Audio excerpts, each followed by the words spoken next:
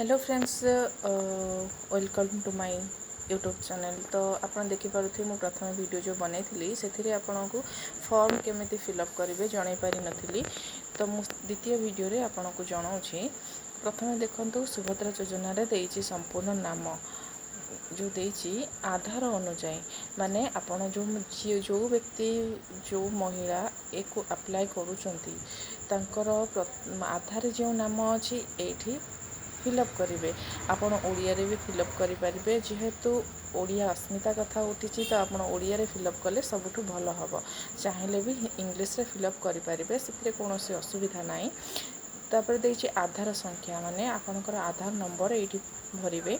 तापर स्वामीकर जदि आप मैरिड होते तो स्वामीकर जदि अनमैरिड होते पितांकर आधार अनुजाई नाम ये बसाइबे।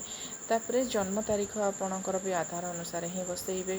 आइडेंट प्रूफ रे जहाँ अच्छी तापर आपण केउ वर्गर साधारण अनुसूचित जाति अनुसूचित जनजाति किबा हाँ साधारण जाति जेनेराल अनुसूचित एसटी अनुसूचित जनजाति होची एससी।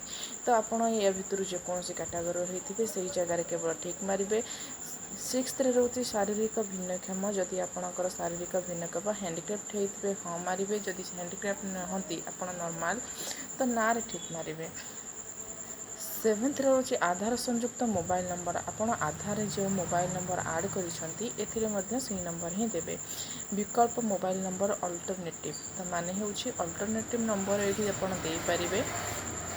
जदि नाही तो सही नंबर को द्वितीय थर भरी पारिबे।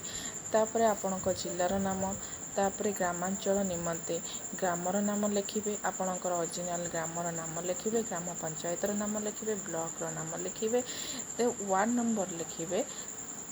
तापर रोचे खरे जो रोचे अर्बन लोकल बॉडी आपण अर्बन लोकल आपणकर लोकल एरिया किसी ना दे पारिबे। सहर बा नगर आपण एठी लिखि पारिबे।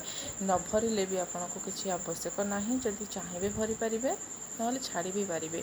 आधार संख्या व सचय खाता थिबा बैंक नाम आपणकर स्टेट बैंक किंबा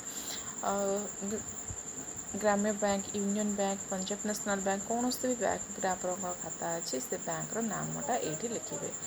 तो ये वीडियो रे मुझे आपको डिटेल्स जनईदेली। जदि आपन को ये वीडियोटी भल लगी ताहले आपण निहाती भाव चैनल को सब्सक्राइब करेंगे, आग को बढ़ारे साहाय्य करेंगे। धन्यवाद।